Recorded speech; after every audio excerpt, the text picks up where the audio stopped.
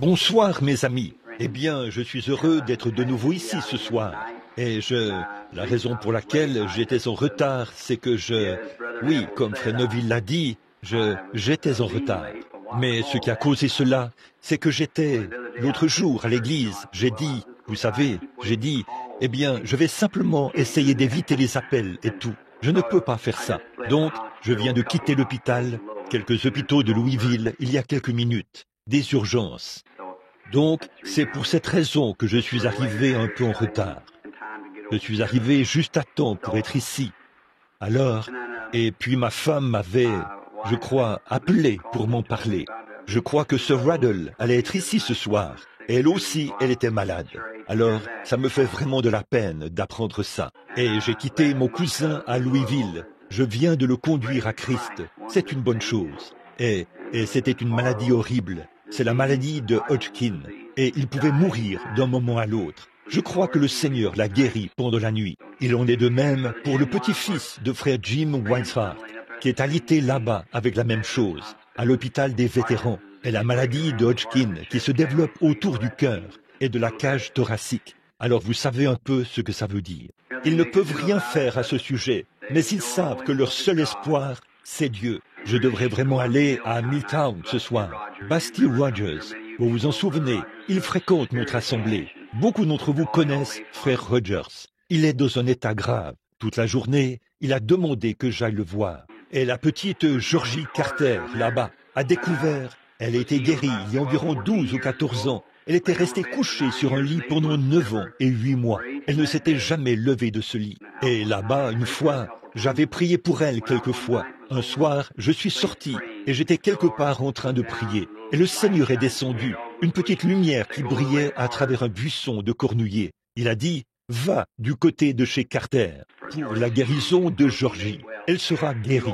Vous connaissez tous ce cas, n'est-ce pas? Pendant toutes ces années, elle n'a même pas été alitée, elle n'a même pas eu un mauvais rhume, je suppose, depuis ce jour-là. Et on a découvert qu'elle se meurt maintenant d'un cancer du sein. Et elle a appelé. Elle a entendu dire que j'étais revenu. Ils ont dit qu'elle avait abandonné. Elle s'est levée du lit pour accepter sa guérison. Alors, il faut absolument que je la voie.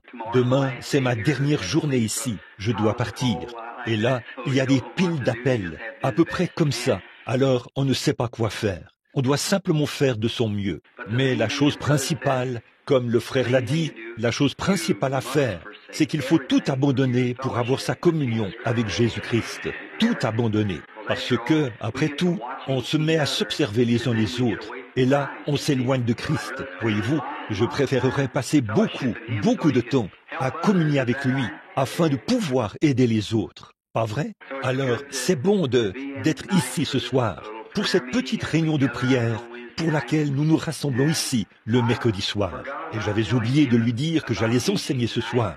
Alors ici, il faut que je vienne ici ce soir et que j'aborde un sujet. Alors, quand j'étais en route pour venir ici, avec les lumières de ma voiture, j'ai choisi quelque chose ici que j'avais enseigné comme une leçon d'école du dimanche, il n'y a pas longtemps, dans l'Épître aux Hébreux, pour ce soir. Je crois que la dernière fois que j'ai donné une leçon d'école du dimanche ici, avant de partir outre-mer, j'étais dans Hébreux chapitre 10. Je me souviens d'avoir lu, et je l'ai noté ici, le verset 18, pour dimanche prochain. Et ce dimanche prochain n'est pas encore arrivé. Alors, peut-être que nous allons commencer à partir de là, ce soir, pour notre leçon de ce soir. Que le Seigneur vous bénisse. Et n'oubliez pas ces gens dans vos prières. Une dame vient de me dire, il y a quelques instants, alors que j'entrais, un vieil ami à moi, dans l'hôpital, ou à l'hôpital plutôt, il vient de subir une opération. Bill Grant, de la police ici, un bon ami à moi. Il imprime ses photos et tout. Il est à l'hôpital, un cas urgent. Et j'ai rencontré le frère de frère Slaughter là-bas. Jean m'a dit, je crois, qu'il avait été à l'hôpital 2 fois. Oh, il y a de la maladie partout, vous savez. Il n'y a pratiquement pas de fin à ça. Mais il a dit, vous savez, je me suis souvent demandé quand Moïse a conduit les enfants d'Israël dans le désert. Quand il les a fait sortir, il y avait environ 2 millions de personnes. Ça, ce sont les jeunes et les vieux, tous ensemble. Et il les a conduits pendant 40 ans dans le désert. Là, réfléchissez à ça. Comment? Bon, là-bas, sans le système sanitaire que nous avons aujourd'hui. Et ils avaient des jeunes, beaucoup de jeunes là-bas. D'après vous, combien de bébés naissaient par nuit, avec 2 millions de personnes? Et là, sans compter toutes les personnes âgées, et les infirmes, et tout. Et il les a conduits pendant 40 ans, sous la conduite de Dieu, dans le désert pendant 40 ans. Et quand ils sont sortis, il n'y en avait pas un seul d'entre eux qui était faible. N'aimeriez-vous pas regarder dans la sacoche de médicaments du docteur Moïse ce soir pour voir ce qu'il y avait là-dedans pour les garder en bonne santé? Aimeriez-vous tous regarder ça? Je peux vous la montrer. Nous allons revenir là maintenant, dans Exode, et je vais montrer où... Voici sa pharmacie. Je vais vous montrer ce qu'il a dit ici. Je vais regarder dans sa sacoche de médicaments et je vais voir ce qui est dit. Quand un bébé était sur le point de naître, quand quelqu'un avait une crise d'appendicite ou avait attrapé la tuberculose ou quelque chose comme ça, voici l'ordonnance que Moïse lisait.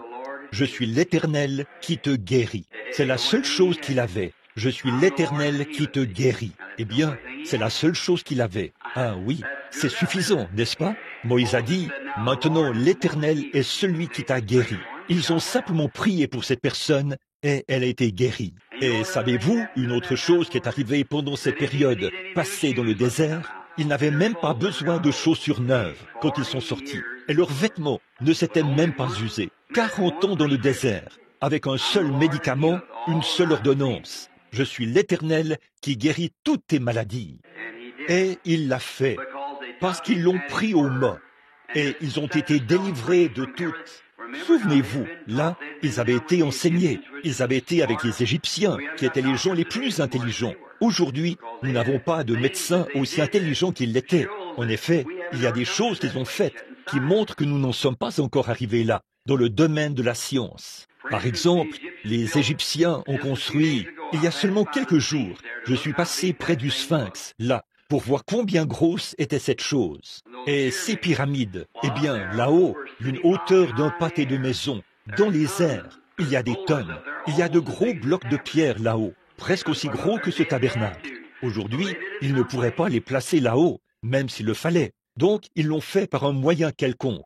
Et puis, le Sphinx, je pense qu'il faut 16 wagons plats pour y poser sa patte. Qu'en est-il de son corps? Et c'est très haut dans les airs, là. Comment ont-ils réussi à monter ça là-haut? Vous voyez, c'était des gens qui avaient des secrets, une intelligence que nous n'avons pas aujourd'hui. Je pense que nous l'avons, mais nous n'avons pas avancé avec ça, la science nucléaire ou quelque chose comme ça, parce que les puissances électriques ou aucune puissance de ce genre ne pourrait soulever cela. Mais à cette époque-là, ils l'ont construit. Et cette pyramide, la grande pyramide qui se trouve là, géographiquement, elle est placée si parfaitement au centre de la Terre que peu importe la position du Soleil, il n'y a jamais d'ombre portée autour de cela. En ingénierie, nous avons beaucoup de chemin à faire pour rivaliser avec eux. Et de penser que ça fait plus de 5000 ans et ils avaient ça. Donc, à l'intérieur de cela, ils trouvent la Bible, exactement comme cette Bible-ci, écrite là, à l'intérieur, selon leurs mesures et ainsi de suite. On mesure l'Évangile et l'Écriture exactement comme nous l'avons ici. Enoch l'a placé là, des années et des années, avant le déluge antédiluvien. Et là, Dieu a écrit 3 Bibles. Avec Dieu, tout va par 3. Il a écrit 3 Bibles. Il a eu 3 venues de Christ. Il y a 3 dispensations de la grâce. Il y a 3 personnes dans la divinité, 3 manifestations de la seule personne dans la divinité, plutôt. Et toutes ces choses, voyez, maintenant, comme Jésus est venu la première fois, il est venu une fois, n'est-ce pas? Il est venu racheter son épouse. Il vient la deuxième fois pour recevoir son épouse, la prendre, la rencontrer dans les airs. Et il vient la 3e fois avec son épouse, en tant que roi et reine. Voyez, et alors il y a aussi les 3 manifestations de Dieu. Dieu s'est manifesté une fois dans la paternité, alors qu'il conduisait les enfants d'Israël. La fois suivante où Dieu s'est manifesté, c'était dans la filiation, le Seigneur Jésus-Christ. La 3e fois où Dieu s'est manifesté, c'est avec nous maintenant, le Saint-Esprit. Vous voyez, 3 manifestations, tout est par 3. Maintenant, abordons notre leçon. combien aiment lire la Bible et simplement, oh, j'aime vraiment cela. Dieu voulant, quand je reviendrai, je vais sortir pour me reposer un peu maintenant, pendant une semaine ou deux. Donc, quand je reviendrai, Dieu voulant, je veux faire des réunions de réveil ici au tabernacle, simplement des réunions de réveil d'enseignement. Et nous allons prendre quelque part dans la Bible et traiter à fond notre... Souvenez-vous, combien de vieux de la vieille, ici, se souviennent de l'époque où nous prenions, par exemple, le livre de l'Exode, et nous prenions cela pendant peut-être des mois et des mois, sans jamais quitter l'Exode. Une fois, je suis entré dans Job, et je n'en suis jamais sorti, en quelque sorte. Vous en souvenez-vous? Une dame m'avait écrit une lettre. Elle disait, « Frère Branham, est-ce qu'un jour, vous ferez descendre Job du tas de cendres ?» Je suis resté sur ce sujet-là. Le pauvre Job, assis là-bas sur le tas de cendres. Vous savez, tous ses amis l'avaient abandonné. Il était couvert d'ulcères et tout. J'avais tellement pitié de ce vieil homme que je... Et là, par la suite, le Seigneur l'a béni, parce qu'il avait vécu de son mieux sous l'Holocauste. C'est tout ce qu'il connaissait. Et pour confesser ses péchés, et il est allé chercher ses enfants, et il a offert un sacrifice. Il a dit, il se peut qu'ils aient péché en secret, et ils ne le savent pas. Il était un vrai père, et Dieu lui a rendu tous ses enfants à la fin. Le saviez-vous? Dites, je veux vous demander quelque chose là. Vous rappelez-vous encore comment il lui a redonné ses enfants? Maintenant, souvenez-vous, il lui a donné le double. Au départ, il avait tant de milliers de bœufs. Quand ils ont tous été enlevés, il a doublé le nombre de ses bœufs. Quand les brebis, il a doublé ses brebis. Mais souvenez-vous, il avait, je crois que c'était 7 ou 12, je ne me rappelle plus maintenant le nombre, fils et filles. Mais il avait le même nombre de fils et de filles. Dieu les lui a donnés. Pas vrai? Vous voyez, il a doublé toute sa portion de biens ici sur terre. Bon, mais ses fils et ses filles, ils ont tous été tués. Mais il lui a donné le même nombre de fils et de filles. L'avez-vous déjà remarqué? Avez-vous déjà pensé à ça? Vous vous souvenez que nous avons enseigné ça? Voyez? Où étaient ses fils et ses filles? Dans la gloire. Il l'attendait. Voyez? Il les lui a donnés, chacun d'eux. Vous voyez? Pas un seul d'entre eux n'a été perdu. Voyez? Le même nombre de fils et de filles qu'il avait spécifié au départ, il a spécifié le même nombre à la fin. Mais il a doublé sa portion de brebis et de bœufs, et ainsi de suite, comme ça. Mais ses fils et ses filles étaient tous sauvés. Ils attendaient dans la gloire que Job vienne vers eux. Oh là là, ça vaut la peine, n'est-ce pas? Très bien. L'épître aux Hébreux. Paul, à mon avis, Paul qui parle aux Hébreux. Il présente la différence entre la loi et la grâce. Et nous avions, peut-être que nous lirons quelques versets, les premiers versets du chapitre 10. Ensuite, nous allons commencer au verset 19. Je pense que nous voyons un peu. La loi qui possède une ombre des biens à venir et non l'exacte représentation des choses ne peut jamais, par les mêmes sacrifices qu'on offre perpétuellement chaque année, amener l'assistant à la perfection. Maintenant, je pense que, pour bien comprendre cette première partie, Paul essaie de leur dire que les anciennes lois étaient une ombre des choses nouvelles à venir. Or, une ombre, c'est quelque chose. Si vous alliez vers le mur, ou de ce côté-ci, à contre-jour, vous constateriez que votre ombre vous précède. Si vous vous dirigiez vers le coucher du soleil, votre ombre serait derrière vous. Maintenant, remarquez, toute la loi qui possède une ombre des choses à venir. Vous voyez, ce n'est qu'une ombre. Or, sous l'ancienne dispensation, Paul essaye de dire que le fait qu'ils étaient circoncis, les mâles, dans la chair, c'était un type de la circoncision dans le cœur, du Saint-Esprit de ce jour-ci. Combien ils observaient les commandements à cette époque-là, qui étaient écrits sur des tables de pierre. Dans les derniers jours, Dieu a dit qu'il les écrirait sur les tables de chair de notre cœur. Or, le seul moyen à cette époque-là, ils savaient que c'était mal de « tu ne déroberas point ». Il fallait qu'ils le voient dans les commandements. Et la loi a été ajoutée pour apporter la réconciliation. En effet, s'il n'y a pas de loi, eh bien, s'il n'y a pas de loi, il n'y a pas de péché. En effet, si ce n'est pas mal, s'il n'y a pas de loi dans cette ville qui dit que vous ne pouvez pas griller un feu rouge, que vous ne pouvez pas faire ceci, eh bien, Si vous grillez un feu rouge, vous n'avez pas mal agi, parce qu'il n'y a aucune loi qui dit cela. Donc, la loi a produit la colère, ou a mis en lumière le péché.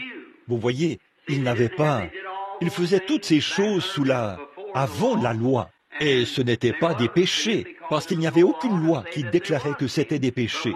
Mais quand la loi est entrée en vigueur, la loi est ajoutée jusqu'à ce que la perfection arrive. Or, l'homme a toujours essayé de trouver quelque chose pour se sauver lui-même. Il fait encore la même chose aujourd'hui. Il n'a pas manqué de le faire. En Inde, la semaine dernière, il y a des gens qui sont venus, qui étaient complètement aveugles, en ayant regardé le soleil, pour essayer de trouver la paix de l'âme. Certains d'entre eux, dont les ongles ont poussé du dos de leurs mains, comme ça, pour essayer de trouver la paix de l'âme. Ils disent qu'ils n'ont jamais baissé leurs mains, qu'ils l'ont gardée levée pendant 40 ans, pour essayer de trouver la paix. D'autres avaient presque les pieds complètement brûlés, parce qu'ils avaient marché sur des charbons ardents, pour essayer de trouver la paix, pour apaiser leur Dieu. Ils s'étendent sur du verre, et ce ne sont que de vieilles bouteilles brisées et tout. Ils s'étendent sur des planches à clous et tout ça, pour essayer de trouver la paix. Et il n'y a pas de paix pour eux, parce que tout ça, c'est de l'idolâtrie. Et nous ici, en Amérique, nous ne voulons pas traverser la rue à pied pour trouver la paix de l'âme, le vrai, le véritable Dieu vivant. C'est vrai, mais toutes ces choses, ces idées païennes de l'homme, à l'époque où Dieu a envoyé la loi, elle a été ajoutée pour nous montrer que ces choses étaient un péché. Mais là, cette loi ne pouvait pas ôter le péché, elle ne faisait qu'amplifier le péché. Voyez? En effet, s'il n'y a pas de loi qui dit que vous ne pouvez pas faire ceci, eh bien ce n'est pas, si vous commettez ou transgressez cela, vous ne pouvez pas transgresser cela parce qu'il n'y a pas de loi à transgresser. Mais quand la loi entre en vigueur, alors le péché est manifesté. Alors ils disaient, tu ne déroberas point, tu ne commettras point d'adultère, tu ne porteras point de faux témoignages. Toutes ces choses, ils les faisaient avant, mais elles ne pouvaient pas être considérées comme un péché, parce qu'il n'y avait pas de loi contre ça. Mais ensuite, quand la loi est venue, elle a fait prendre conscience à l'homme qu'il ne peut pas dérober, qu'il ne peut pas mentir et qu'il commettre d'adultère. Et tous les commandements ne font qu'amplifier, mais cette loi n'a quand même pas ôté le péché. Cela a seulement amené l'homme à reconnaître que c'était un péché. Ensuite, quand Christ est venu pour ôter le péché. Voyez? Or, la seule chose que la loi faisait, c'est qu'il savait qu'un substitut innocent devait mourir pour le coupable. Cette loi a commencé là-bas, dans le jardin d'Éden.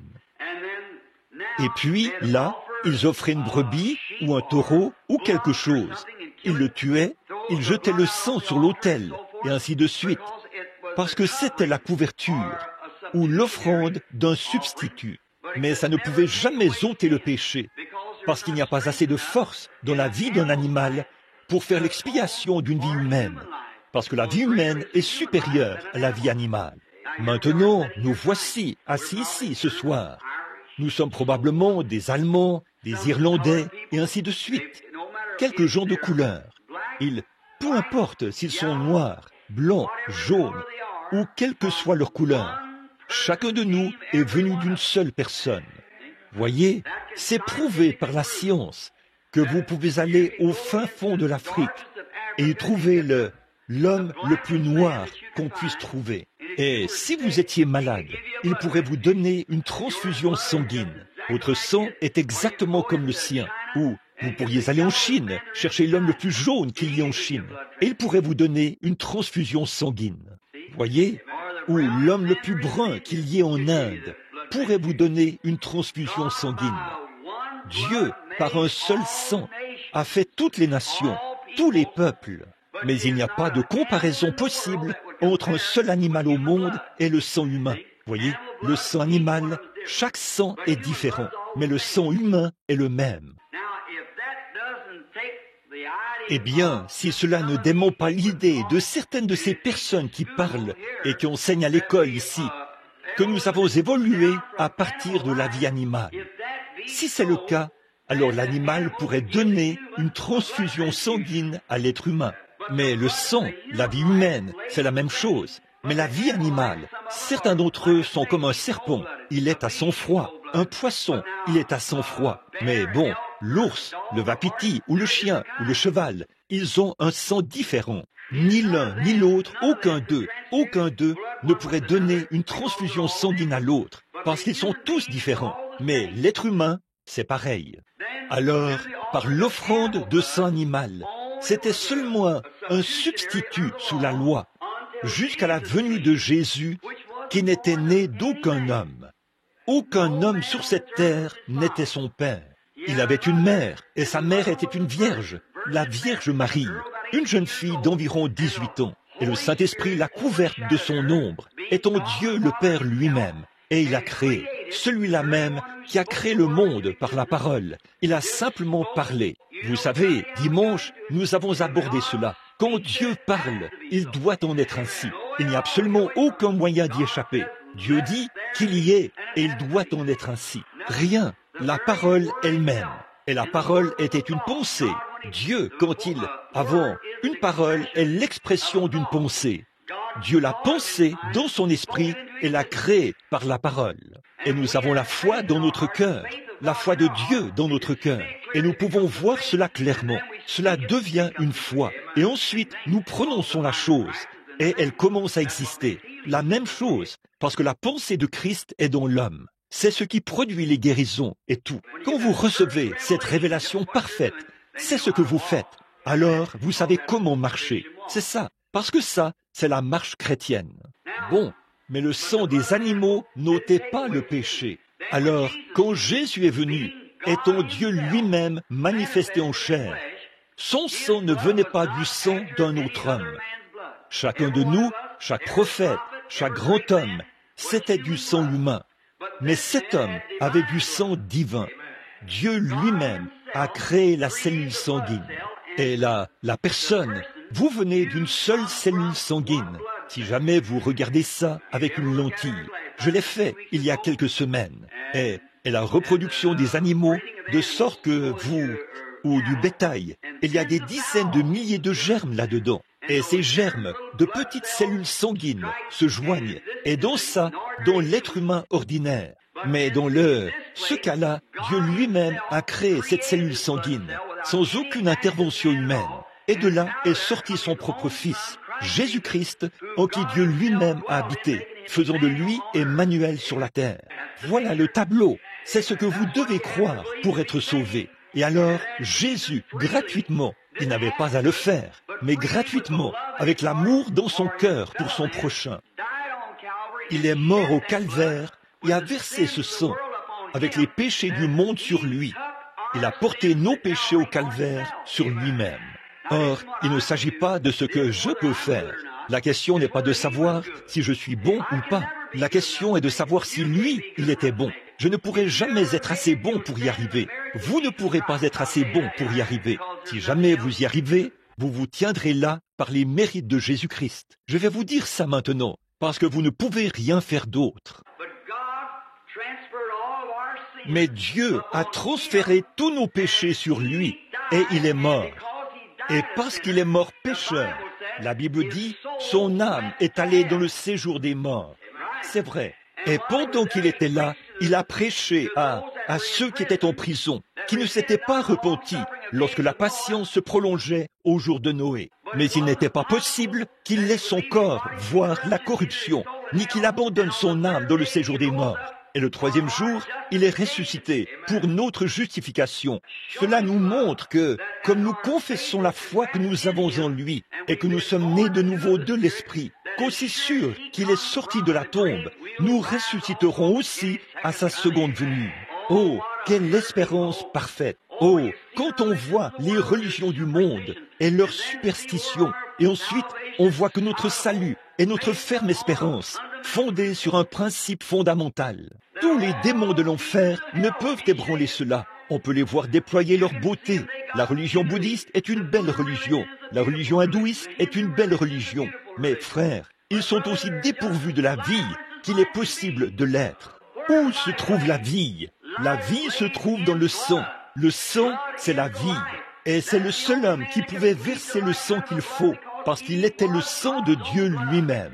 Et il a versé le sang qui nous a rachetés, vous et moi. Donc, notre salut repose en Jésus-Christ, en ce qu'il a fait pour nous au calvaire. Peu importe le niveau de notre bassesse, combien nous devenons immoraux, combien nous devenons corrompus, quand nous regardons au calvaire avec un cœur sincère et que nous confessons nos péchés là-bas, au calvaire, ça règle la question. C'est vrai, dès que votre confession sort de vos lèvres, Dieu est dans l'obligation de vous répondre. C'est vrai, oh, quand j'y pense. Oh, ce n'est pas étonnant que Paul ait dit, l'autre jour, j'étais là, dans la pièce où on lui a coupé la tête et qu'on l'a jeté dans un caniveau. Je me suis dit, juste avant, il a dit, ô mort, où est ton aiguillon? Tombe, où est ta victoire? Mais grâce soit rendue à Dieu, qui nous donne la victoire par notre Seigneur Jésus-Christ. Vous voyez, ça repose simplement. Oh, c'est de ça que j'aime parler. Écoutez, quelques-uns des jeunes, vous êtes peut-être jeunes, et cela peut être fragile, au point que vous ne le remarquez pas vraiment. Mais attendez encore un peu, jusqu'à ce que vous soyez étendus là, à l'hôpital, et que le médecin dise qu'il ne vous reste plus que 2 jours à vivre, ou 2 heures. Attendez juste un peu, jusqu'à ce que le cœur commence à manquer ce battement, et que vous sentiez que cela aura raison de vous. Ô frère, alors vous chercherez de toutes vos forces. Que représentera votre vie alors? C'est terminé. Attendez que les cheveux commencent à grisonner sur votre tête et que vous vous rendiez compte que vous faites face à une éternité sans fin là-bas et que cette âme qui vit maintenant à l'intérieur de vous se détache comme une dent qu'on arrache, qui est tirée de vous comme ça pour aller quelque part et vous ne savez pas où vous allez. Vous feriez mieux d'y réfléchir maintenant et de régler la question maintenant. En effet, il se peut que vous partiez rapidement, comme ça, sans même avoir la possibilité de vous repentir. Alors, mettez-vous en règle maintenant. Pour le peuple américain, il n'y a aucune excuse. Ces païens là-bas, en Afrique du Sud et en Inde, très loin là-bas, ils se lèveront au jugement et condamneront cette génération parce que nous avons la lumière et l'évangile et les églises et les bénédictions et tout ici et nous refusons d'accepter cela. C'est là que réside le problème, mon ami. Maintenant, je le dis abruptement, parce que c'est pour votre bien, vous voyez, parce que vous devez faire cela. Maintenant, la loi qui possède une ombre. Oh, quand je pense à ça, la loi qui possède une ombre des biens à venir. Regardez ce que la loi a offert. Prenez le chapitre suivant, le chapitre 11 d'Hébreux. Regardez ce que Daniel a fait sous la loi. Regardez ce qu'Enoch a fait sous la loi.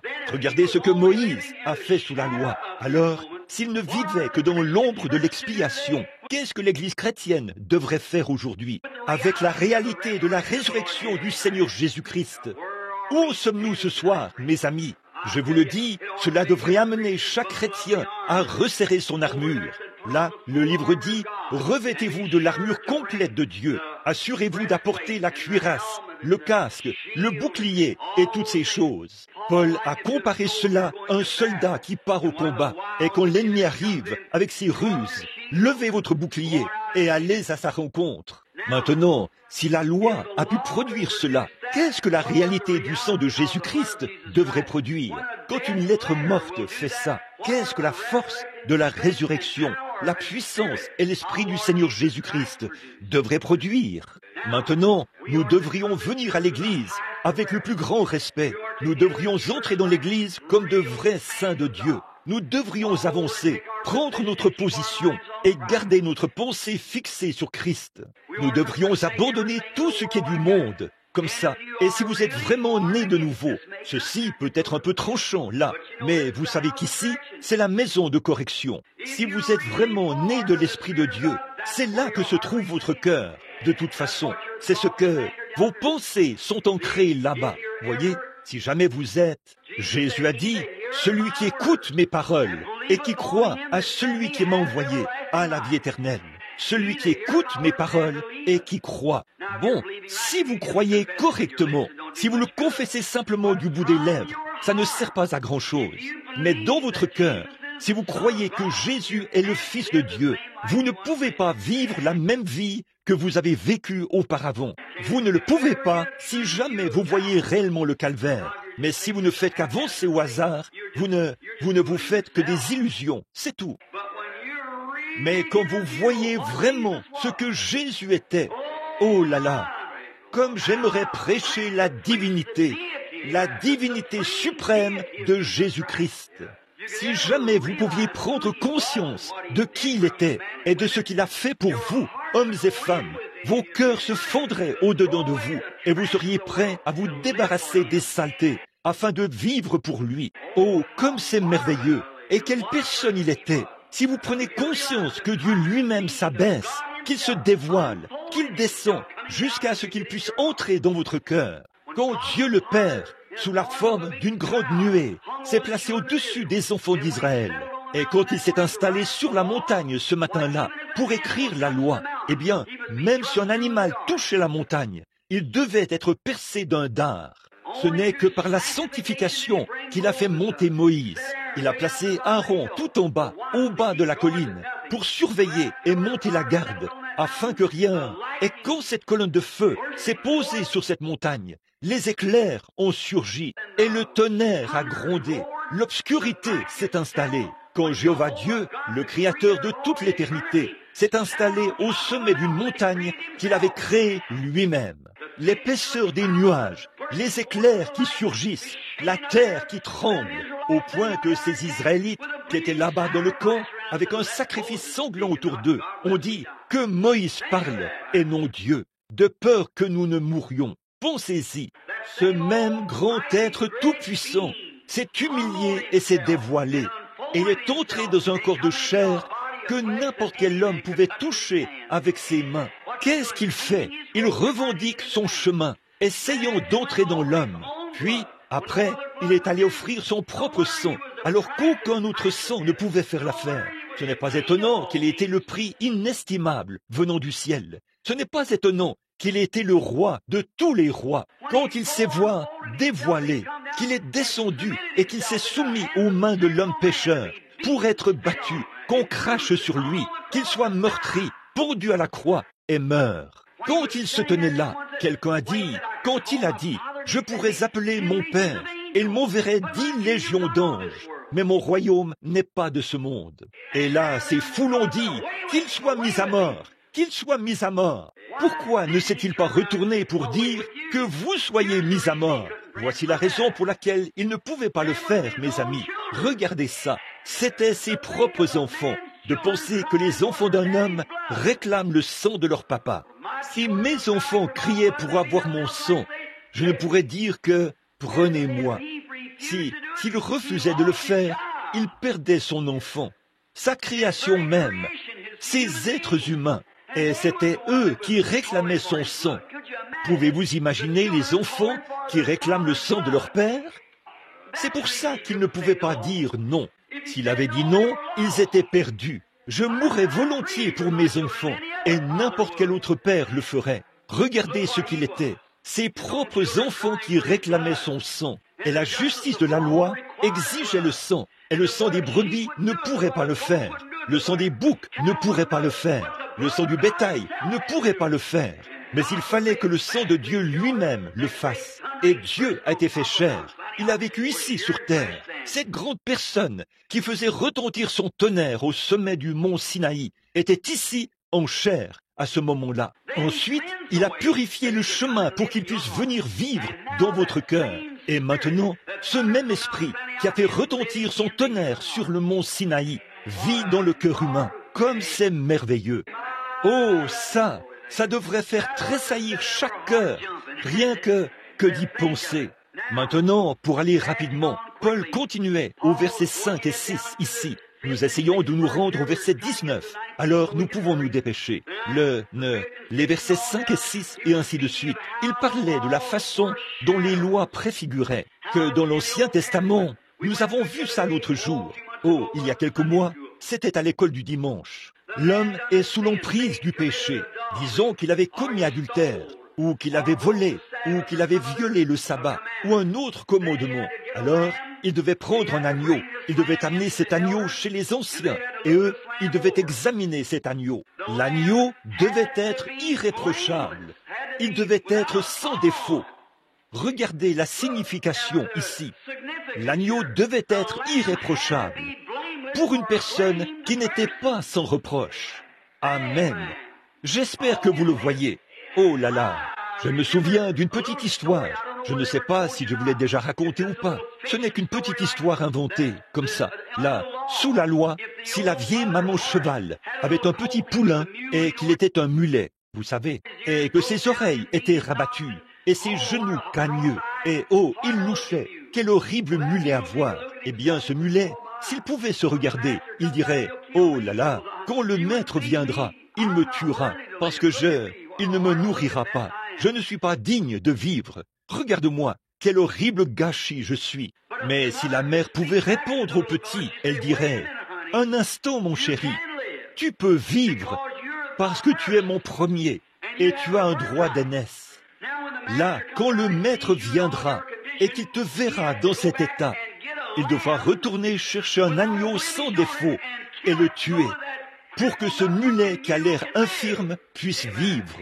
Vous voyez, le sacrificateur n'a jamais vu le mulet, il a vu l'agneau. La question n'était pas de savoir si le mulet était parfait, il fallait que ce soit un agneau parfait. Oh, j'espère que vous le voyez. La question n'est pas de savoir si vous êtes assez bon pour être un chrétien ou pas. La question, c'est de savoir si lui, il était assez bon. Si Dieu l'a accepté et que son sang fait l'expiation, Dieu ne vous voit pas, il voit l'agneau. Oh là là! Alors, ce petit mulet pouvait dresser sa queue en l'air, s'ébrouer, sauter, courir dans le champ, passer de bons moments. Il vivra. Mais l'un qui est parfait devait mourir pour l'imparfait. C'était moi, William Branham. Je ne vaux rien. Je ne suis pas digne de vivre.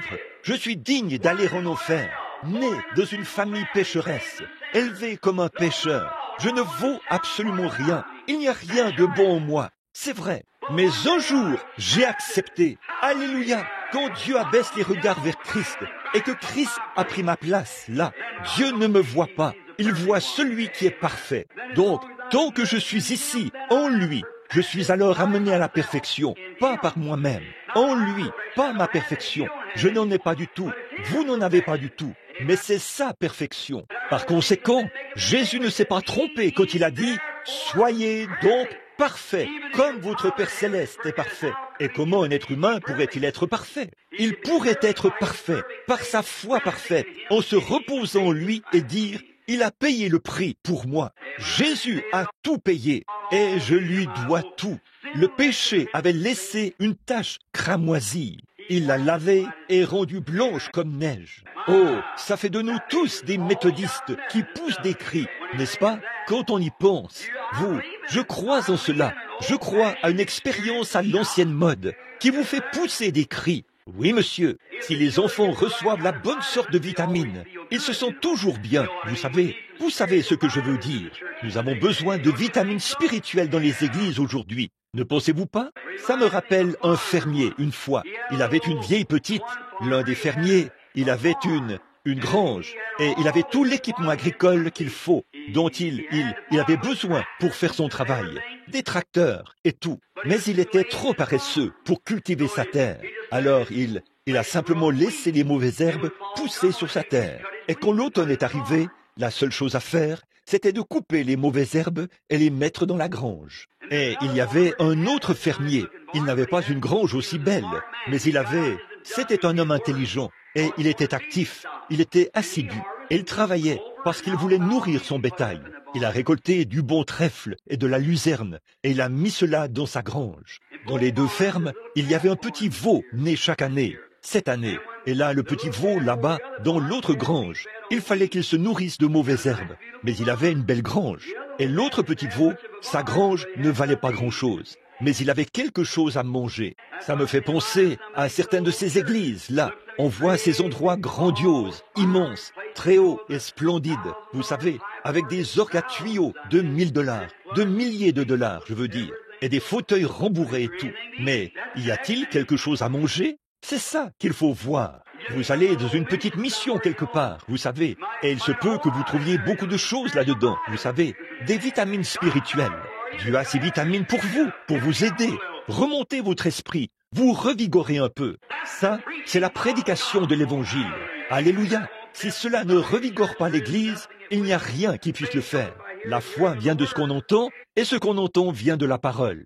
Quand j'apprends que Jésus est mort pour moi, je dis, ça règle la question. Gloire à Dieu, je suis en sûreté maintenant. Parce que je suis en lui, il m'a accepté, c'est vrai, il m'a choisi, il vous a choisi. Chacun de vous ici qui êtes chrétien, Jésus vous a choisi. C'est à vous, très bien, il vous a reçu. Ce petit veau, l'un d'eux, s'était retourné. Il avait été dans cette grande et belle grange, avec des étagères de 14 carats, vous savez, et les stalles et tout. Quand il est sorti, le pauvre petit pouvait à peine marcher. Vous savez, il était tellement faible, après avoir mangé ces mauvaises herbes tout l'hiver. Alors l'autre, il sortit de la grange pour aller dans le champ, vous savez, et le vent chaud soufflait, et le vent l'a presque fait tomber. Il était si faible. Et de l'autre côté, ce fermier a fait sortir son petit veau, et, oh, il était tout gras et rondouillard, vous savez. Oh, il était en bonne forme. Quand il est arrivé à l'extérieur, il s'est mis à sauter en l'air, à caracoler, vous savez. Il avait une bonne et grande réunion pentecôtiste. Il sautait partout là-bas. Vous savez ce que ce petit veau a fait? Celui qui était dans la grande grange, qui avait toutes les belles choses. Vous savez, il a regardé, il a jeté un coup d'œil à travers une fente, et il a dit « Tss, tss, tss, tss, quel fanatisme! Quel fanatisme !» Ce petit se sentait bien. Ce n'est pas étonnant qu'il puisse sauter. Il était bien engraissé. Il se sentait bien. C'est comme ça que un homme reçoit vraiment ses vitamines spirituelles. La maison de Dieu, il va là-bas. Et son âme se nourrit de la parole de Dieu. Alors il sait où il en est. Toutes ces anciennes superstitions s'envolent. Et l'adoration du diable et tout le reste, ça disparaît quand on voit que Jésus-Christ est mort à ma place, qu'il a pris ma place là-bas au calvaire. Le pur amour divin entre là. Cela m'amène à mal me conduire aux yeux du monde de temps en temps. Je me sens vraiment bien à ce sujet parce que je me bourre de vitamines. Voilà, ces bonnes vieilles vitamines ici. Bon, Paul a dit que quand l'adorateur venait et qu'il apportait le petit, s'il avait mal agi, il venait avec ce petit agneau. Là, le souverain sacrificateur l'examinait, le sacrificateur le faisait, et il voyait que l'agneau n'avait pas de défaut. Il l'examinait pour voir s'il convenait. Et si c'était le cas, alors il déposait le petit agneau sur l'autel. Et voici venir l'homme qui avait mal agi. Il disait, « Eh bien, j'ai dérobé. Et je sais maintenant que je suis assujetti à la mort, parce que j'ai mal agi. Dieu ne voudrait pas que je dérobe. Son commandement dit de ne pas le faire. Maintenant, je vais poser mes mains sur ce petit agneau. Et les commandements de Dieu disent ici, « Tu ne déroberas point. » Et j'ai dérobé. Alors je sais que je suis assujetti à la mort. Quelque chose doit prendre la responsabilité de mon péché, parce que j'ai dérobé. Et Dieu a dit que le jour où j'en mangerai, ce jour-là, je mourrai. Donc, j'ai dérobé. Et Dieu a dit, si tu dérobes, tu dois mourir pour ça. Alors, il a exigé que, si je ne voulais pas mourir, je devais apporter l'agneau. Alors, je dépose l'agneau ici, et je mets mes mains sur la tête de ce petit animal. Et il bêle, et tout ça. Et je dis, Seigneur Dieu, je regrette d'avoir dérobé. Je confesse et je te promets que je ne déroberai plus. Si tu m'acceptes maintenant, et pour mon sacrifice et pour ma mort, ce petit agneau mourra à ma place. Ensuite, il prenait une grosse faucille et la mettait sous sa petite gorge, et il la coupait comme ça. Il le tenait comme ceci, et le petit animal bêlait et bêlait. La laine s'élevait en l'air, couverte de sang, comme ça. Et sa pauvre petite bouche, il bêlait, bêlait, bêlait. Et voilà que tout son sang coulait, et il courbait sa petite tête. C'était fini. Ensuite, l'homme s'est inscrit ici sur un registre qui est placé sur le côté de l'arche, comme ceci, que cet homme a fait une confession. S'il le fait une deuxième fois en un an, il devra mourir quand même. Il devra mourir avec l'agneau. Or ça, c'était l'Ancien Testament. Il repartait de là. Dès qu'il faisait sa confession, il repartait. Et peut-être qu'il avait commis adultère. Peut-être qu'il avait fait quelque chose de mal. Beaucoup plus. Quand il repartait de là, peut-être qu'il avait tué un homme. Quand il repartait, de toute façon, il repartait avec la même chose dans son cœur. Ce qu'il avait quand il était arrivé. Il n'y avait aucun changement en lui. Il avait seulement, par la loi, la lettre de la loi, satisfait à l'exigence. Or, ça ne pouvait pas faire, ne pouvait pas changer son cœur. Tout ce qu'il savait, c'est que c'était mal, parce qu'il l'avait lu dans la loi, et l'agneau était mort à sa place. Alors quand Jésus est venu, vous voyez, le sang de Christ, voyez, quel genre de sang était celui qui coulait? Le sang d'un animal, la vie animale. Pour une vie humaine, elle ne peut tout simplement pas ôter le péché. C'est impossible. Alors, quand Jésus est venu, ce n'était pas seulement la vie humaine, mais c'était la vie même de Dieu lui-même. c'est ce qui était dans son sang. Eh bien, nous voyons que nous agissons mal. Oh, j'ai mal agi, j'ai péché, j'ai mené une mauvaise vie, j'ai mal agi. Maintenant, je viens à l'autel. Par la foi, je vois le sacrifice. Je pose mes mains sur la tête de Jésus. Je dis, Dieu bien-aimé, je sais que je suis un pécheur, et le salaire du péché, c'est la mort. Et si j'agis mal, je dois mourir. Et si je meurs, si je ne peux pas entrer dans ta présence, je serai puni, en proie au tourment pour toujours. Donc, j'ai tort, Père, et je veux être en règle. Je ne veux pas mourir comme ça. Alors, je pose mes mains sur sa tête, et sa vie a été ôtée pour ma vie. Mais ce qu'il y a, c'est que quand je repars de l'autel, je repars avec un cœur changé. Voyez, le premier homme repartait sous la loi, sous le sang d'un animal. Ça ne pouvait pas changer son cœur, car il n'y a pas de comparaison possible entre une vie animale et une vie humaine. L'animal ne peut pas donner du sang à l'homme. Voyez, l'animal ne peut pas le faire, parce que sa vie est une vie différente. Et un animal a une vie, mais pas une âme. Un animal est un être vivant, mais pas une âme. Mais Dieu a mis une âme dans l'homme. Et donc, mon âme, l'âme, qu'est-ce que c'est? La nature de l'esprit. Et quand l'âme de Christ a été abandonnée, pas abandonnée dans le séjour des morts, mais a été enlevée par le sang, par son sang versé, quand Dieu l'a emmené au calvaire, ça a mêlé son sang là-bas sur la croix. Et quand il s'est tenu là, tournant la tête d'un côté et de l'autre, la couronne autour de sa tête, comme ceci, avec des épines, le sang qui coule sur son visage, qui ruisselle sur ses boucles, sur ses épaules. Il crie dans des langues inconnues, « Mon Dieu, pourquoi m'as-tu abandonné? Voilà l'agneau, c'est lui, c'est l'être innocent qui est mort, pour que moi, l'indigne, ma vie soit rectifiée, afin que je puisse avoir droit à la vie. C'est l'indigne, indigne. Vous êtes l'indigne pour qui cet agneau est mort. Maintenant, vous vous avancez ici et vous posez vos mains sur lui. Vous voyez, vous faites votre confession et Dieu vous répond par le Saint-Esprit pour confirmer qu'il vous a reçu par un seul sacrifice. Voilà, c'est ça. Par un seul sacrifice. Il a mené à la perfection pour toujours. Voilà, car l'adorateur venait chaque année. C'était un perpétuel, presque chaque année. Il revenait et il fallait venir l'année suivante, ayant le même désir dans son cœur. Mais quand il a fait un sacrifice par lui-même, chaque péché, tout désir du péché et tout le reste a été ôté du cœur de l'homme. Et il se tient là, rendu parfait aux yeux de Dieu, non pas par ce qu'il a fait, mais par ce que Jésus a fait pour lui. Et il a accepté le sacrifice du Seigneur Jésus-Christ. Oh, que de choses merveilleuses, mon ami. Maintenant, le verset 19. Il nous reste environ 20 minutes. Consacrons tout ce temps dans les Écritures maintenant. Bon, le verset 19. Ainsi, frères, nous avons la liberté d'entrer dans le lieu très saint grâce au sang du sacrifice de Jésus. Écoutez, voici, entrez maintenant dans le lieu très saint. Il y a un lieu saint, puis le lieu très saint. C'était appelé le Saint des Saints. Le souverain sacrificateur y entrait une fois par an. Et quand il le faisait, la première chose qu'il devait faire, c'était d'être lui-même aspergé. L'arche était là, derrière le rideau. Et le souverain sacrificateur devait être oint du parfum de la rose de Saron. Aucun autre parfum ne ferait l'affaire. Savez-vous que Jésus était appelé la rose de Saron? Une rose, qu'est-ce que c'est? D'où vient le parfum? De la rose. D'où? Jésus était appelé le lys de la vallée, pas vrai? Est-ce que quelqu'un sait d'où vient l'opium? D'un lys.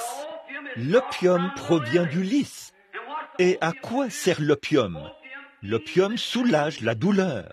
Quand les gens sont malades et qu'ils souffrent tellement qu'ils perdent la tête, qu'ils deviennent fous, alors on leur fait une piqûre d'opium et c'est réglé. Ils se calment. Ça, c'est dans le naturel. Jésus, dans le spirituel, est le lys de la vallée.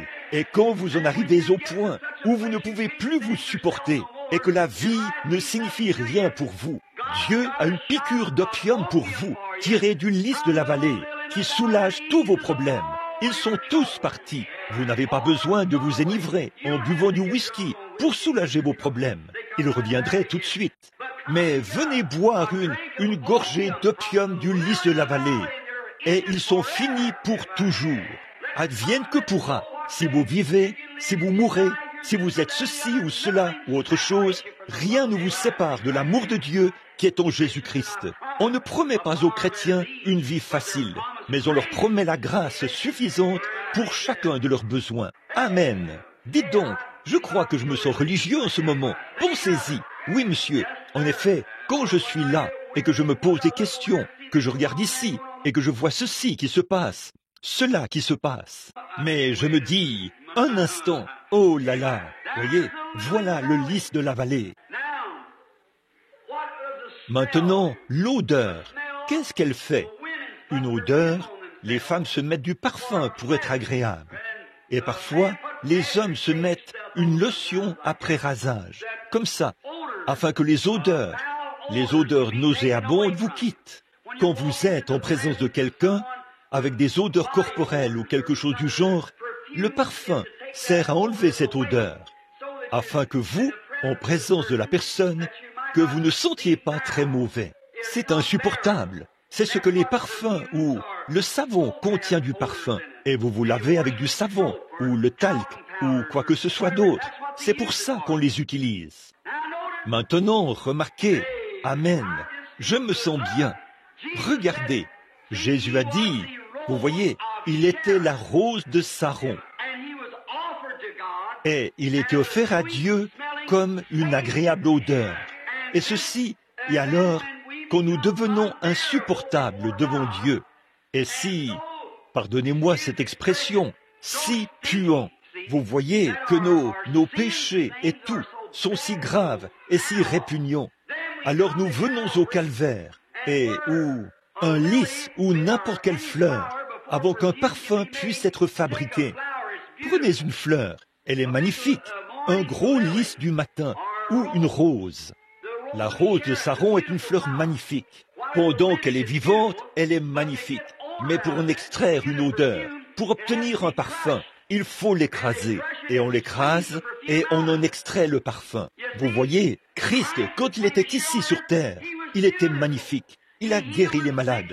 Il a ressuscité les morts. Sa vie, il n'y avait rien de comparable à cela. Il était magnifique. Mais pour vous rendre comme lui, il était...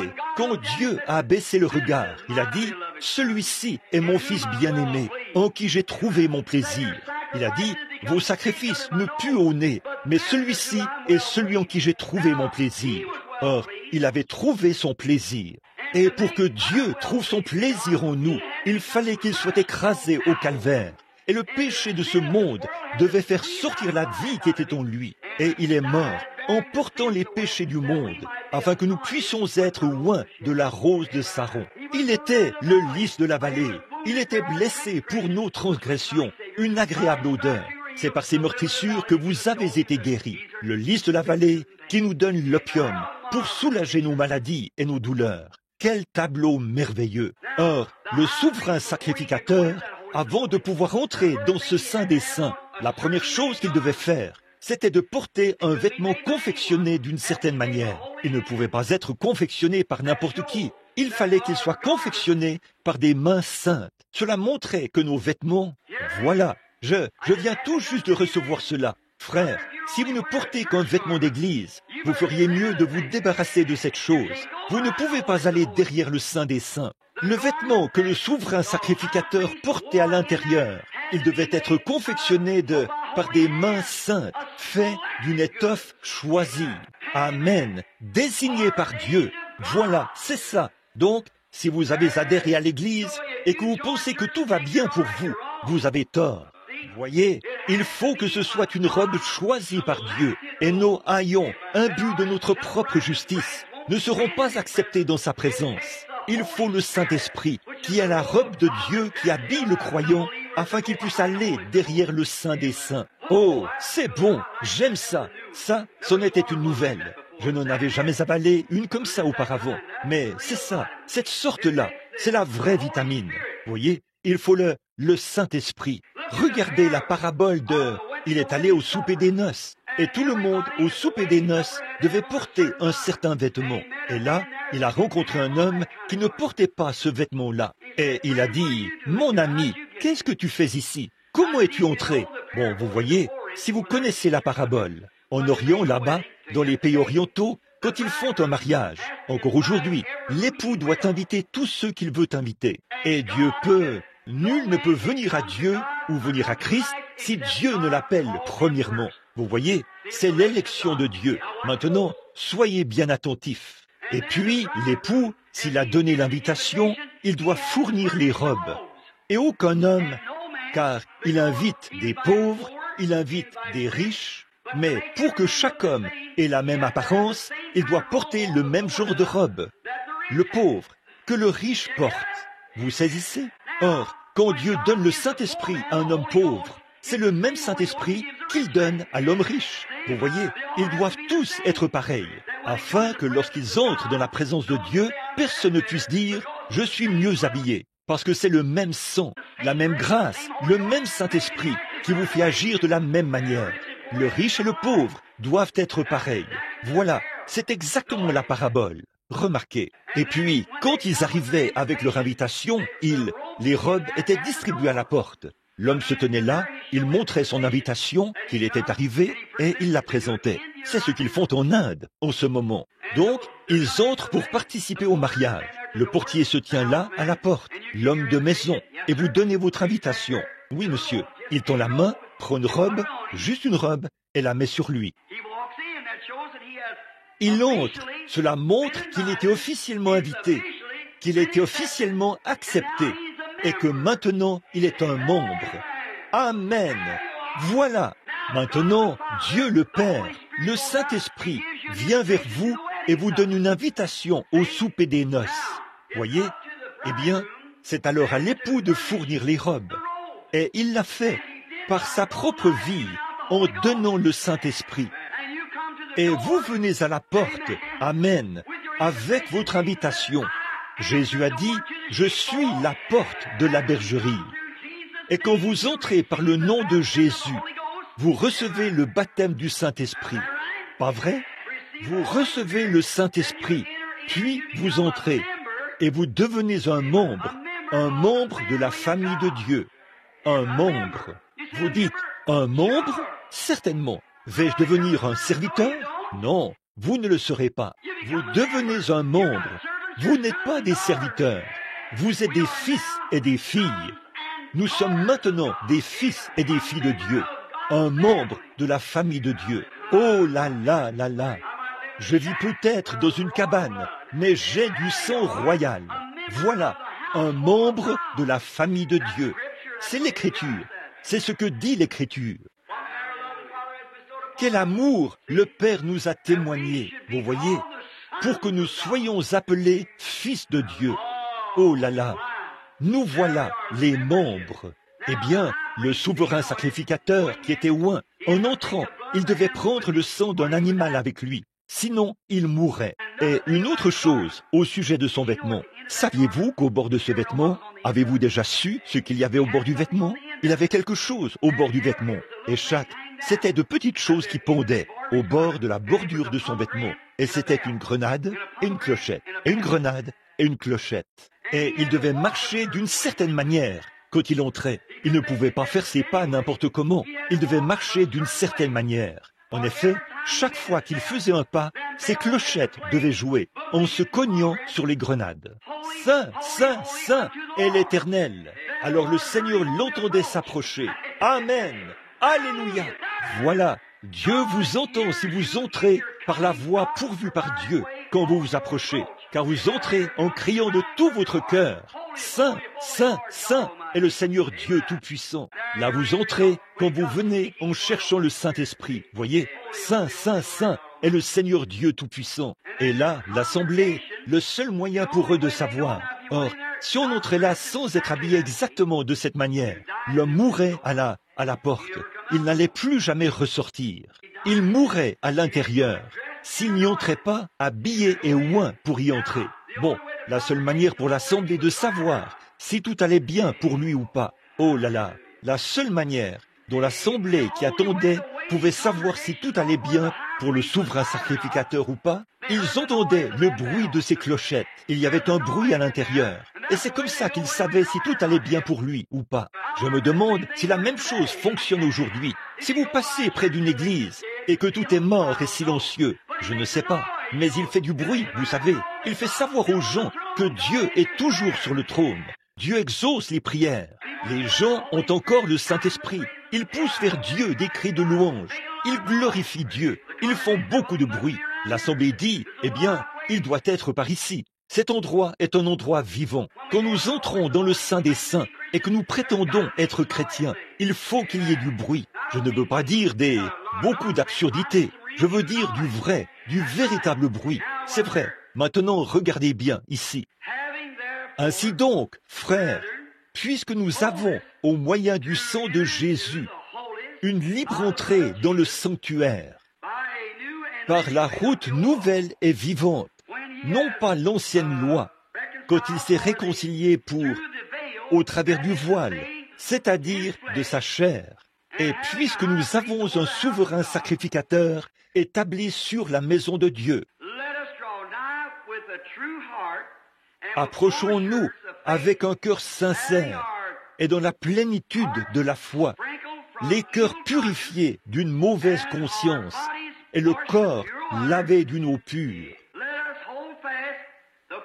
Retenons fermement la profession de notre espérance, car celui qui a fait la promesse est fidèle.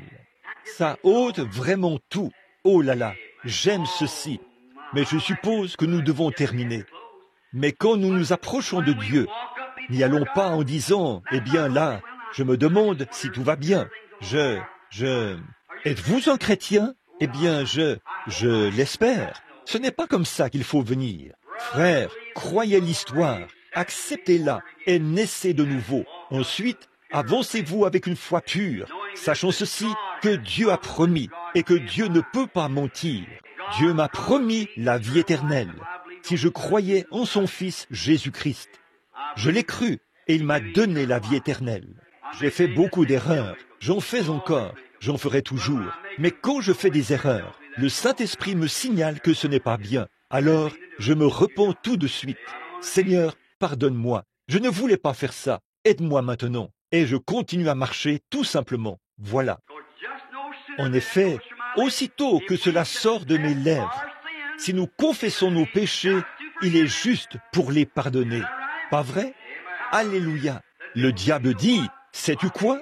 Je vais te dire une chose. Tu devais aller faire telle chose. Tu ne l'as pas fait. Ah ah, tu as péché, hein? Je dis, j'ai confessé ça. Eh bien, je vais te dire, non, ne me parle pas. Non, monsieur, j'ai une foi parfaite en celui qui m'a dit que si je confessais mes fautes, il me pardonnerait. Alors, j'ai confessé cela. Éloigne-toi de moi. De toute façon, je n'en ai rien à faire de toi. Alors continue ton chemin. Marchez avec assurance. Continuez à avancer. Si la mort se trouve là, pas de problème.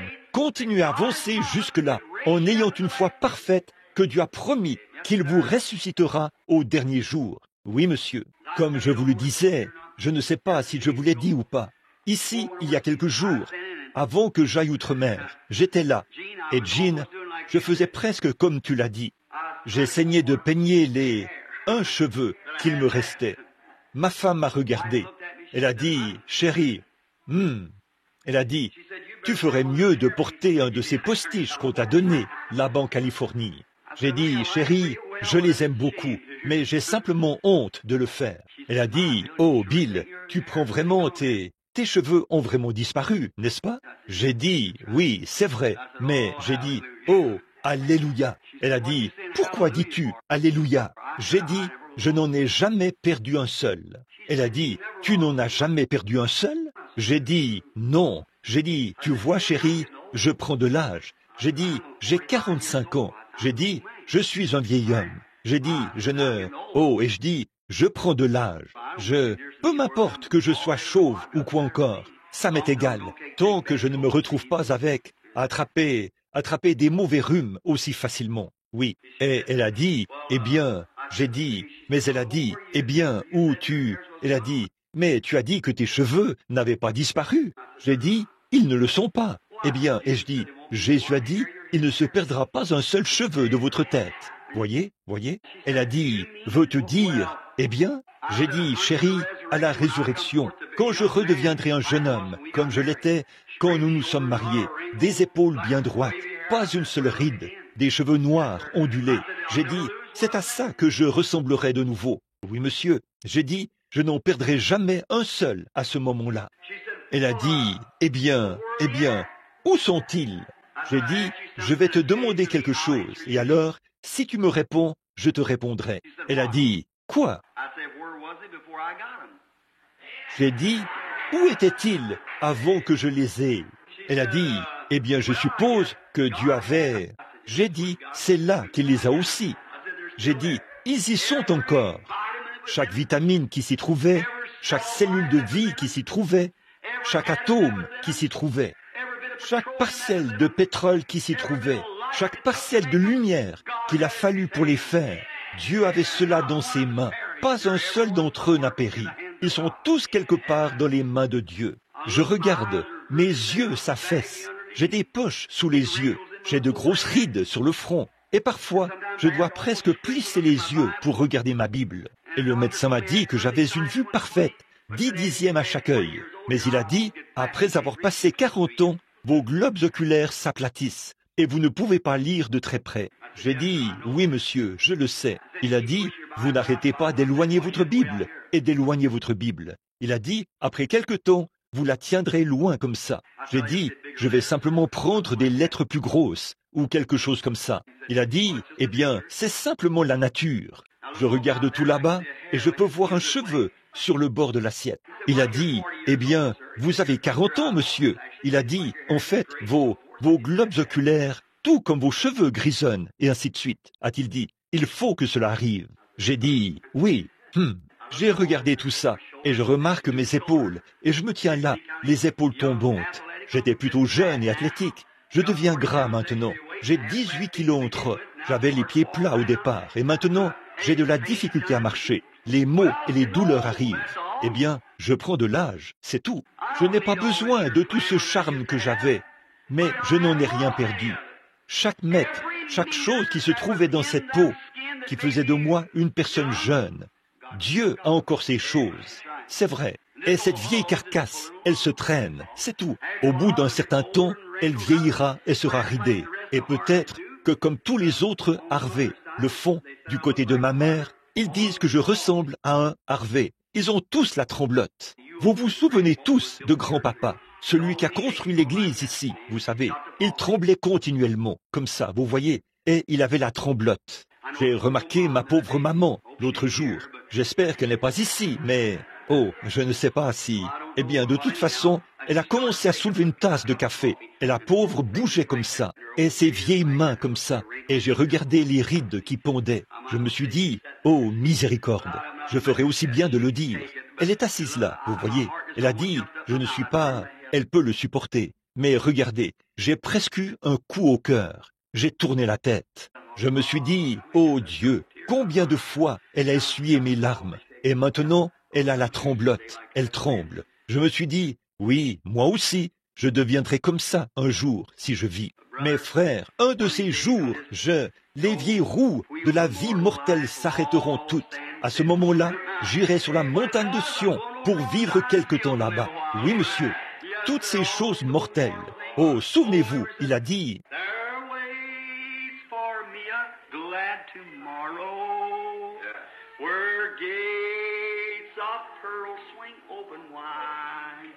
and when I cross this veil of sorrow, I'll camp up on the other side. Someday, beyond the reach of mortal kin, someday, God only knows just where and when. The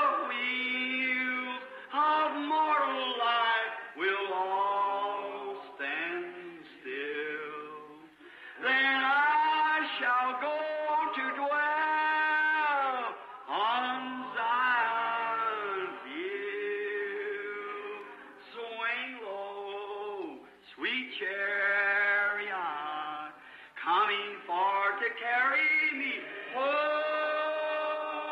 Swing low, sweet chariot,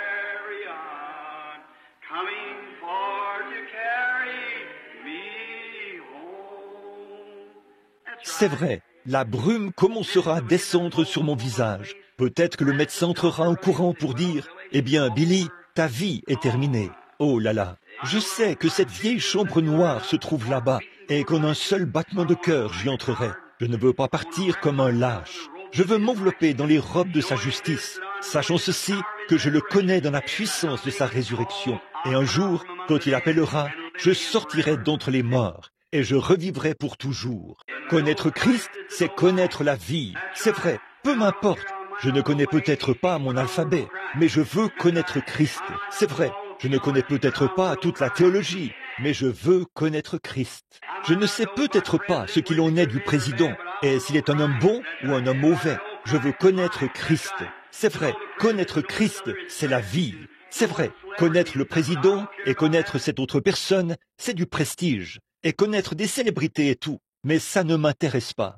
Je veux connaître Christ dans la puissance de sa résurrection, sachant que nous avons ce soir un souverain sacrificateur, assis à la droite de Dieu, dans sa majesté là-bas, en train d'intercéder. Alors, je veux demeurer ferme dans la foi que je professe. Bon, ces 13 religions différentes, d'adorateurs de serpents, d'adorateurs de vaches et tout. J'ai dit, messieurs, des religions de ce monde. Qu'est-ce que votre religion peut produire pour ce pauvre aveugle qui se tient ici? Il était là, il avait regardé le soleil pendant 20 ans, il était complètement aveugle. J'ai dit, qu'est-ce que votre religion peut faire pour cet homme?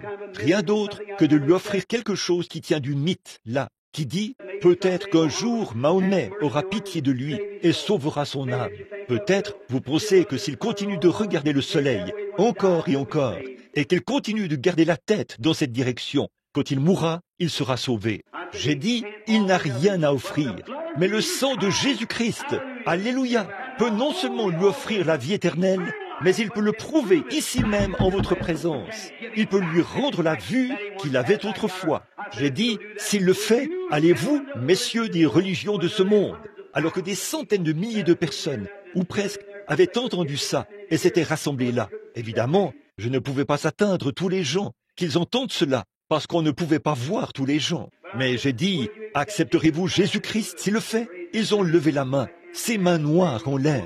Ils allaient le faire. J'ai dit, amenez ce monsieur ici. Quand il s'est approché, j'ai dit, monsieur, vous êtes aveugle. Et si Jésus-Christ vous rend la vue, voulez-vous promettre que vous le servirez? Et il a dit, j'aimerai Jésus-Christ et je n'adorerai aucun autre Dieu que lui. S'il me rend la vue, je saurai qu'il est ressuscité des morts. J'ai posé mes mains sur lui. J'ai dit, Dieu bien-aimé, des mains mortelles, en tant qu'ouvrier, un pécheur.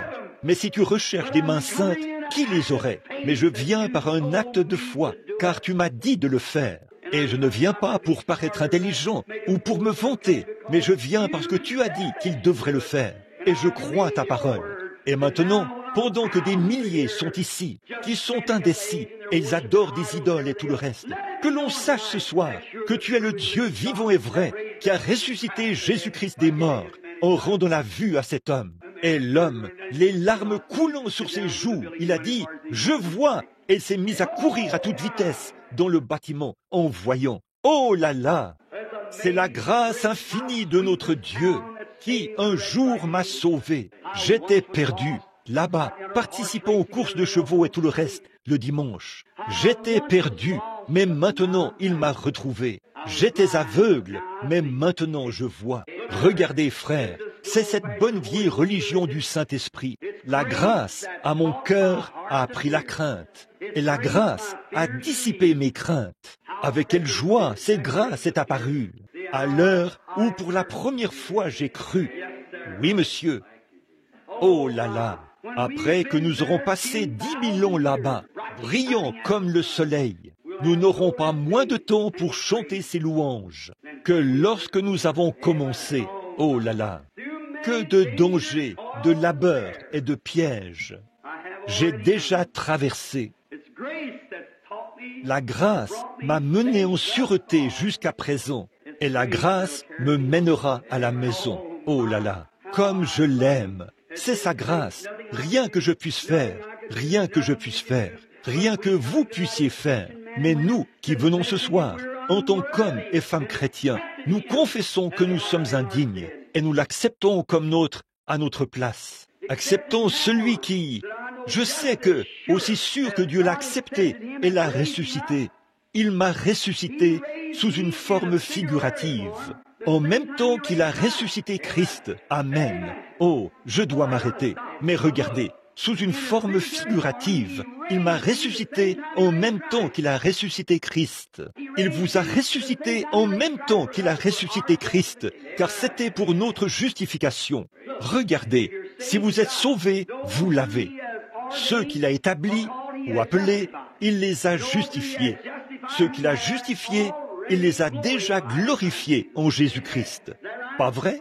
Il a glorifié déjà en Christ, aux yeux de Dieu, qui, il y a très longtemps, des millions d'années, avant qu'il y ait un monde, quand la parole était avec Dieu. C'était la pensée de Dieu, puis sa parole. Puis elle s'est matérialisée là-bas. Et exactement au même moment où il a accepté Christ, il m'a accepté en Christ. Et là-bas, dans le monde à venir, avec vous et moi et tous les chrétiens de tous les âges, nous l'aimerons et vivrons avec lui. Et jouirons de l'éternité sans fin avec notre Seigneur Jésus-Christ, notre Rédempteur béni. Oh là là, frère Robertson, là, je sens que je suis une personne différente. Voyez, n'est-ce pas que ces choses à l'ancienne mode, rien que de lire la parole de Dieu, ça vous récure? Vous voyez, ça vous récure? Comme maman le faisait autrefois, au moment où on faisait les bocaux de fruits. Il fallait mettre les fruits en conserve dans des bocaux, vous savez, les remplir de fruits et tout. Elle m'envoyait dehors pour les nettoyer à fond, aussi fort que je pouvais les frotter avec un vieux chiffon. J'avais une petite main, je pouvais la descendre dans ça et les frotter. Ensuite, elle les prenait et les stérilisait. Elle les mettait dans l'eau bouillante et elle les stérilisait. Elle faisait bouillir ça aussi fort qu'elle le pouvait, ces bocaux. Je ne pouvais pas comprendre pourquoi elle les faisait bouillir, mais elle voulait en ôter tous les microbes. En effet, s'il y avait des microbes là-dedans, ils rendraient les conserves ou les produits qu'elle y mettait aigres. Donc, c'est ce que nous devons faire quand nous venons à Christ. Nous agenouiller jusqu'à ce que le Saint-Esprit nous ait stérilisés et nous ait bien fait bouillir. Alors Dieu pourra mettre le Saint-Esprit là-dedans, sans aucun processus d'acidification. Voyez-vous, il l'ajoute simplement là-dedans et vous êtes doux tout le temps. Et maman avait l'habitude de faire des conserves. Avez-vous déjà vu une de ces grosses bouilloires? Vous sortez et vous l'installez sur les briques, vous savez, et vous devez mettre du bois en dessous, comme ça. Il fallait que au moment de la cuisson des conserves, on avait ces petites tomates jaunes et longues, et elle en versait environ un boisseau là-dedans, et elle mettait du sucre. Et elle me faisait couper du bois, vous savez, et j'allais couper du bois, et je le mettais là-dessous, vous savez, et ça se mettait à bouillir. La vapeur, elle montait. Je disais, maman, ces choses-là ne sont-elles pas cuites? Elle disait, non, va couper un autre barreau de clôture. Me voilà qui arrivait, vous savez, la sueur qui coulait sur moi, et je mettais ça là-dessous. Et je disais, maman, tu penses que ça suffira? Tu ferais mieux d'aller en chercher un autre. Et elle faisait bouillir ces choses jusqu'à ce qu'elle, vous savez, que l'oxygène ou quelque chose là fasse monter cela et qu'il fasse éclater cela, vous savez, paf, paf, comme ça éclatait. Quand elles en arrivaient à ce point, elles disaient qu'elles étaient prêtes à être mises en conserve. Elles devenaient tellement chaudes qu'elles ne pouvaient plus le supporter. Et il fallait qu'elles sautent, vous voyez. Alors je suppose que c'est là où Dieu doit nous amener, vous savez, faire bouillir le diable pour qu'il sorte complètement de vous, au point où vous sautez dans la gloire. Alors vous êtes prêts pour la mise en conserve. Et Dieu vous scelle à ce moment-là, vous savez. Alors, c'est ce qu'il nous faut ici. C'est une bonne réunion à l'ancienne mode, jusqu'à ce que toute inimitié, tout ce qui n'est pas comme Christ, que cela bouille pour faire sortir toutes ces choses de vous. Vous voyez, simplement bouilli pour faire sortir ces choses de vous, au point que vous venez dire, « Seigneur, je suis désolé. Frère, pardonne-moi. Je ne voulais pas faire ça. Je ne le ferai plus. Oh Dieu, sois miséricordieux envers moi. » Là, vous vous préparez alors à être mis en conserve. Voyez-vous, Dieu se prépare à vraiment vous utiliser. Quand vous rapportez ces choses que vous avez volées, vous savez, et que vous rectifiez la chose en disant, « Frère, je ne voulais pas voler ça, tu sais. Non, monsieur, Je suis même prêt à... Je vais te payer le double pour ça. Voyez, à ce moment-là, vous vous mettez en règle, là, vous savez. C'est vrai, c'est ce dont nous avons besoin. Oh là là, je chanterai l'ancien évangile pour vous, si vous le voulez. Chantez le couplet.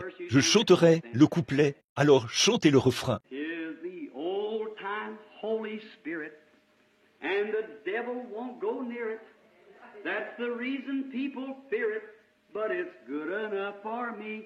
Give me that old time religion. Give me that old time religion. Give me that old time religion, and it's good enough for me. It will do when I am dying. It will make you stop your lying. It will start the devil flying, and it's good enough for me. Give me that old time religion. Give me that old time religion. Give me that old time religion, and it's good enough for me. It's so good I want no other, for it makes me love my brother. It brings things from undercover, and it's good enough for me. Give me that old time religion. Give me that old time religion. Give me that old time religion, and it's good enough for me. Maintenant, combien ici ont cet ancien évangile? Levez la main, dites. I got that old time religion. Got that old time religion. Got that old time religion, and it's good enough for me. Maintenant, Père bien-aimé, parfois nous sommes heureux et nous nous comportons vraiment comme une bande d'enfants. C'est parce que nous sommes libres. Nous ne sommes pas sous l'emprise du mal, ni des traditions, ni de n'importe quelle chose des anciens. Nous sommes simplement dans la liberté du Saint-Esprit. Nous pouvons chanter et t'adorer, communier autour de la parole et nous réjouir. Pour cela, nous te louons, Dieu Tout-Puissant. Oh, après avoir vu tout le chaos des religions formalistes et toutes sortes d'adorations d'idoles, de penser que tu as été si bon vers moi, que tu m'as permis de te connaître dans la puissance de ta résurrection et de pouvoir en parler aux autres. Nous sommes si heureux. Bénis cette petite église ce soir, Père. Bénis chaque personne ici. S'il y a des nouveaux venus parmi nous, bénis-les, Père. Chacun d'eux. Fais de nous une bénédiction pour les autres. Garde la puissance de Dieu sur nous. Sanctifie nos âmes des mauvaises pensées. Et si le mal se présentait sur notre chemin, puissions-nous rapidement tourner la tête, Seigneur, et marcher dans l'autre direction. Et maintenant, Père, nous te prions de nous bénir tous ce soir. Donne-nous des moments merveilleux. Et maintenant, alors que nous allons appeler les malades et les affligés, nous te prions de guérir chacun d'eux, que la gloire reçoit la gloire de tout ce qui est fait ou dit, car nous le demandons au nom de Christ. Et pendant que nous avons la tête inclinée, si quelqu'un parmi vous ici voulait dire, « Frère Bill, maintenant, dans mon âme, j'aimerais suivre la voie acceptée par Dieu, la voie pourvue par lui. Et j'aimerais vous demander, pendant que personne d'autre ne regarde, je vais lever la main pour dire, « Frère Bill, priez pour moi, afin que Dieu me donne sa grâce et fasse de moi un meilleur chrétien. » Voudriez-vous lever la main? Que Dieu vous bénisse. Vous, c'est bien, très bien. Père, tu vois leurs mains, et je te prie d'accorder ces bénédictions, que ton amour et ta grâce reposent sur eux tous. Et s'ils ont péché, ou s'ils ont fait quoi que ce soit, alors Père, je te prie de les pardonner. S'il y a quelqu'un au milieu de nous ce soir, Seigneur, n'importe où dans le bâtiment, homme ou femme, garçon ou fille, qui n'est pas tout à fait sauvé et sous le sang, Père, je te prie de le faire maintenant même, et puisse-t-il devenir des croyants. Et tu as dit, si tu peux croire. Et nous croyons quoi? Nous croyons que Dieu a envoyé son Fils dans ce monde et qu'il a été fait pécher à notre place. Nous ne valons rien et nous confessons que nous ne valons rien du tout et nous l'acceptons comme notre Sauveur. C'est ce que nous croyons, Père. Par cela, tu nous donnes la vie éternelle. Oh, nous sommes si heureux. Tu as dit que tu nous la donnerais parce que nous avions cru en ton Fils. Et Jésus lui-même a dit que si nous croyons en lui, nous avions la vie éternelle. Donc, nous en sommes reconnaissants. Maintenant, bénis-nous ce soir et pardonne chaque péché et que pas une seule personne qui a assisté à cette réunion ce soir ne soit rejetée, mais qu'ils aient la vie éternelle. parce qu'ils se sont rassemblés ici ce soir et qu'ils ont cru en toi. Et Père, je te prie de veiller sur eux maintenant et bénis-les dans tout ce qu'ils font ou disent. Et puissent-ils venir à toi en paix au dernier jour. Puissions-nous tous nous rassembler là-bas et nous souvenir de ce soir où nous avons été ensemble. Accorde-le par le nom de Jésus. Amen. Que Dieu vous bénisse, mes chers amis. Et maintenant, Teddy va venir ici au piano. Et ceux pour qui on doit prier, si vous voulez bien vous rassembler autour de l'autel rapidement. Nous n'allons prendre que quelques minutes de plus. Nous allons essayer de sortir à 21h30, si vous venez maintenant. Eh bien, j'ai ici une lettre à lire que quelqu'un m'a envoyée ici. C'est peut-être important pour moi de la lire tout de suite. Alors, et tous les autres, restez à votre place, pendant que ceux pour qui on va prier, je sais que Sir Raddle est ici pour qu'on prie pour elle. Si quelqu'un d'autre, eh bien...